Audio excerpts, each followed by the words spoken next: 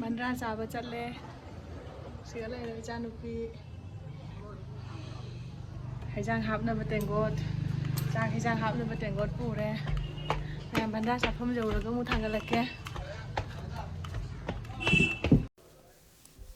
mayam nungaiba video ma puduna lakchari ngasi di ngarang bikhani rebanina ngasi amu ko bhandra chare bhandra chabagi video se ai mathang hapjarake asina ina picture khara dum ina mayam da ahan bo ina dum yengalakpa angang singna chak chabagi matang amana ma inaraga chaba adugagidi moina lamhenba phamungda karaga chongbaga khotbaga ekdam shanti ka phangponte agoi jari bhandra se maugi bhandra se haijang ji dum haw khare ilisa thong basu dum haw khare adugidi amana ro thongi iromba ma adugigi salad tawna cha khare adugi video su dum makhada dum jawrakani mayam adugi cha loraga kon pheng basu tannana mayang nupi jugar tawraga oina phenghalle mayang nupi da oina paisa piraga dum phenghalle aduni mayam akhoigi ngasigi Itkhola gi mauna mayam gi bhandra chabagi video se mayam da thangalake mayam yengbiu like share subscribe tawbiu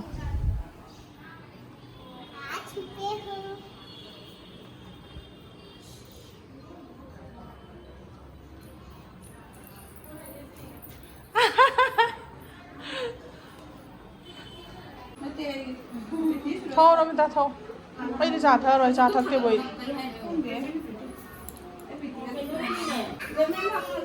thôi đi nâng nó là cái lẩu ấy thôi ấy trả thật cái này trả thật đi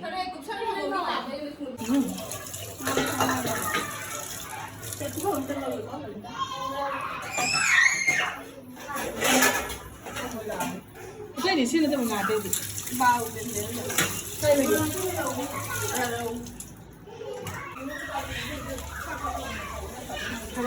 bao nó chứ hầu gần quả bao không là chơi hay không giá không có lấy cái chơi được rồi tốt đấy bazaar đó bột lấy mà chân đi ấy ngar ang itu cái đồ rồi phải mayam bhandra ni na cheng se ahau ba cheng na cha se na ko bpt cheng na oina cha na ba na leiba lai adoi angang mayam gi lasi su dum lore adoi cheng khara lore adugi matang ni dukan chat pagi matang ni asina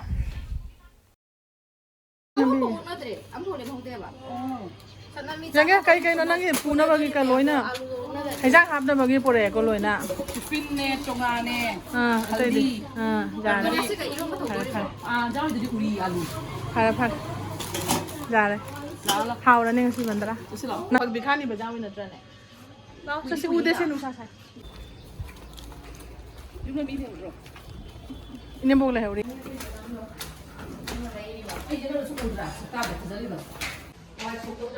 ai ding ngang ne ekdam kaino chapado nusa na chapado ekdam khara pura san man basiya lore khara ta so thak tani sang ga le thek lu khaba ro ta kha thek kha ki thek lu khaba de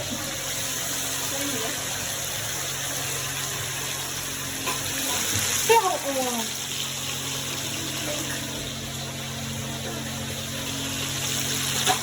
ising mo na siga cartoon na may ising pore hai sidina mi de sang obo hore asigana hejang na pc mi maring kha ngauna bagi adugi salad oina bagi hejang na pc ba hore sonda moi kharana asigana nga ngauri ilisa ngauba hore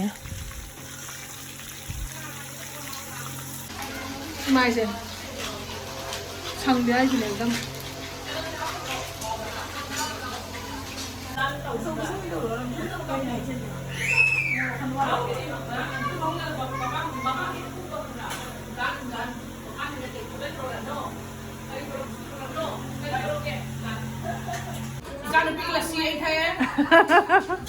ấy xây ra nó bị cái thằng to này nè hào bani lassi na hào bani apa apa poti thau wai ja de cha no pi se pujari namak tere na onda sibani na nge ngase ngang tu na changwan gare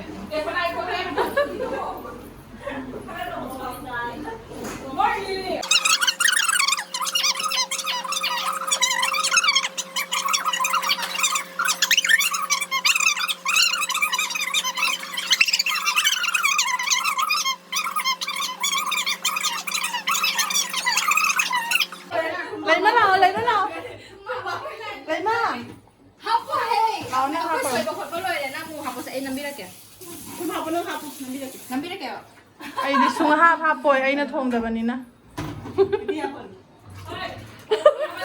ai pretty đó này con này nói nó hay mà xem một ta chứ bây giờ mình sẽ bảo đi thùng nó mình thùng hấp tôi là đó xem một cái nó pretty ai yang ngau bima ni xem cái gì không để bộ ai huma tu mà hay bao cái cút ăn thuộc đâu à khơi cảm ơn bao cái cút ăn thuộc đâu cho thùng cho lộc bao nó cái nhà sinh sao thì nó đâu rồi đấy nhà sinh không cho bao thùng rồi sao khơi khăn đàn đi rồi đấy ông làm sao cái gì bao trong những bắt đầu là cái nó selfie là người nó cái nó video nó selfie nó lâu gì à còn đấy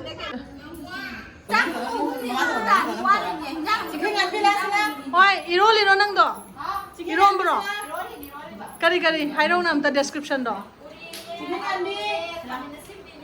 Dạ đấy hào cái đó mà.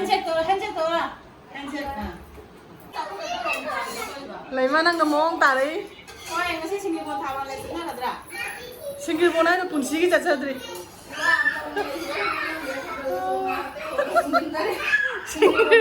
Singapore này nó cũng xí cái chặt đấy. Ai suari se.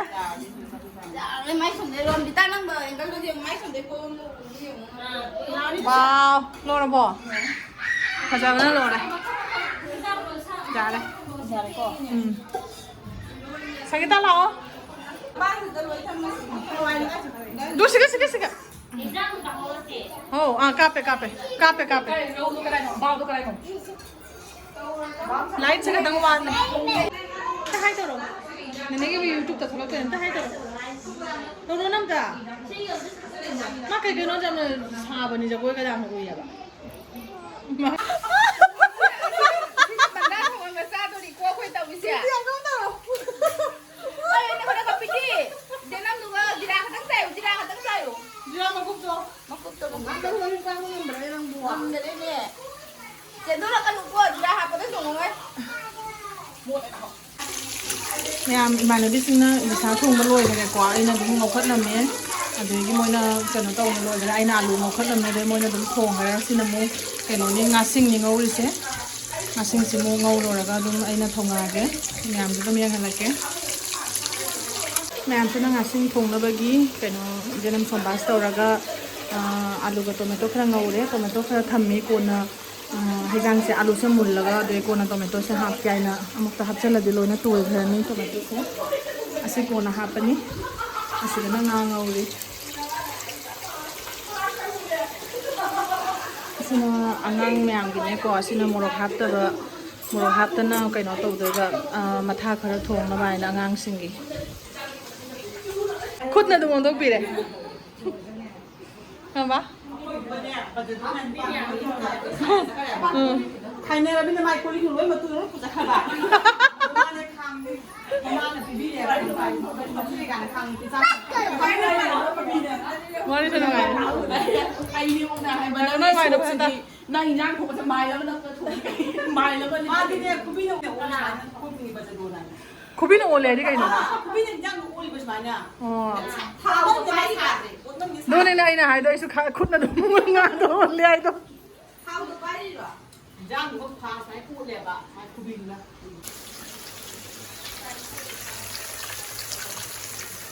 Ang thong baloy sa le may alu mule mahihap ka daw tang ay de.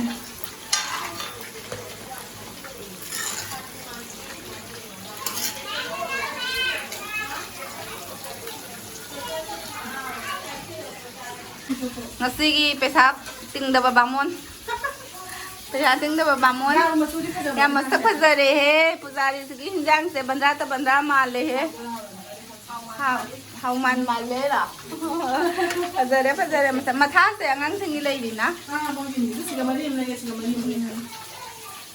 Thong pujari dam hai thana thongi.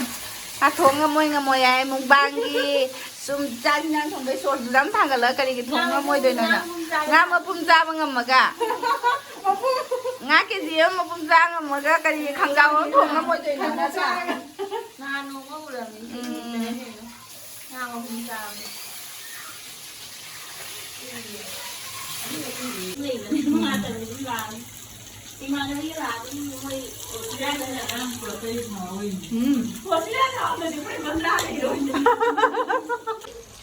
ยามให้ดังทงมาเลยเด้เดี๋ยวจะซื้อทงมาเลยเด้อีซ่าทงมาเลยเด้เข้าก็เลยคือฮะ Ini ka hakra ke?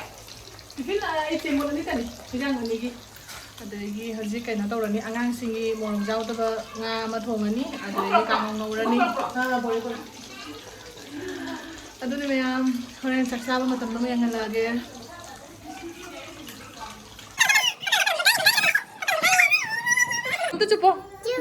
Antu cupo padan cupo udah dah pada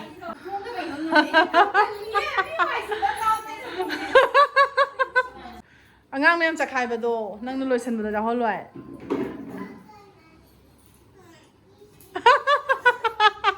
ดูนะก่อนได้มั้ยสิเราจังเอ๊เดียลาบ่อะเตยดินาโนมิตา 4 kiloเลยอ่ะ kilo na Nó không phải là cái tháp Các kilo tay space này cái tay chụp cái kilo đúng ra cái này để ta đơn bạc cái này thì đơn bạc nhìn như nó bao nhiêu hàn phong mới ta rồi cái giá kilo nó đó Khai của phong trang làm đi à, kiểu phong trang làm gì? thì bữa nay nó Mà cái này, hôm nay mua lên trang không em? ấy chả lúc chắc chắc kilo này nói qua không mua này này à nhìn nét phong mang một người ti ăn ngang sinh chắc hay đủ space cái đó lấy chắc hay đủ ngang sinh nangi video ka boyo di video là cặp bộ đúng không jare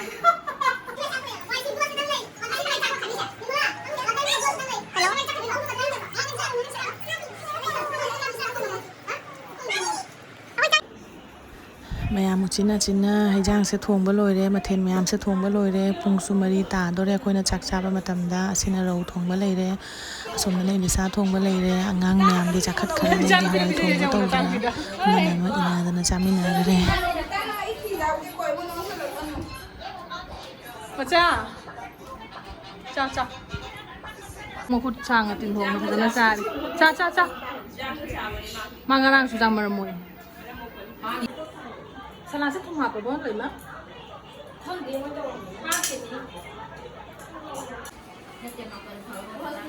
hai đồ không Cái episode đấy nó, ôi, Ronita cái episode đấy. vlogger koi channel ki mapu chak cha hi do re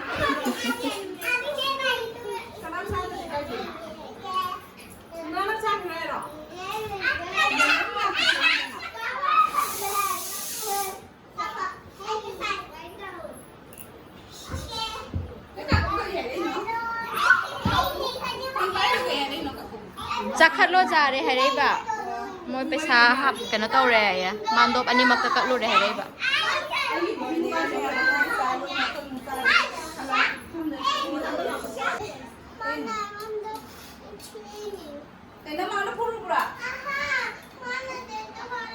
cái hình dáng nó đun à tenang asing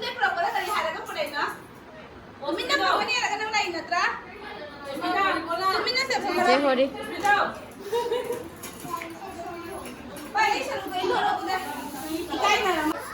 Jadre phajadre phammaga namba jad Titi kai hapoge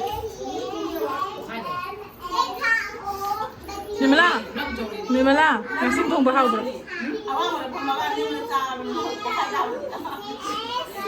Haijang hau bro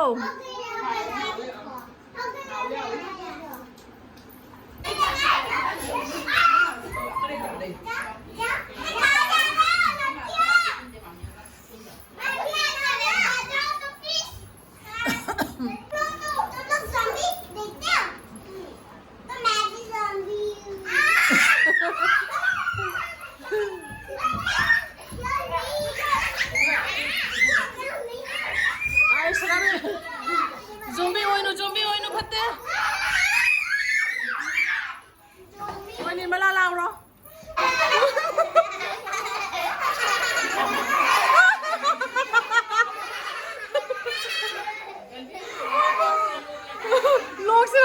ꯈꯪꯗ꯭ꯔꯦ